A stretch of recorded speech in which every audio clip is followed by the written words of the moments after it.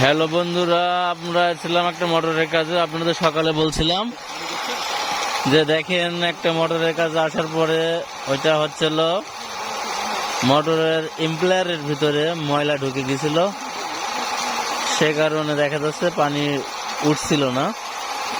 Customer মোটরটা ফেরত দিতে চাচ্ছিল। এখন আমি আসলাম, আপনাদের প্রথম ভিডিও দেখাইছি যে ইমপ্লায়ারের ভিতরে অনেক ময়লা। এখন দ্বিতীয় ভিডিওতে দেখাবো আমাদের পানির স্পিড। দেখেন এটা হচ্ছে আমাদের 3-4 দিয়ে বেরোচ্ছে। দেখেন ফোর্স, পানির ফোর্সটা দেখেন, আমরা কোথা থেকে পানি বেরোচ্ছে উঠাচ্ছি। দেখেন আমার 5,000 কেজি প্লাস পানি নিচ্ছে, মানে তার মানে 7 তলা পানি উঠতে পারবে এমন প্রেশার নিচ্ছে। ফুল 5 কেজি প্রেসারে কিন্তু 5 তলায় পানি ওঠে।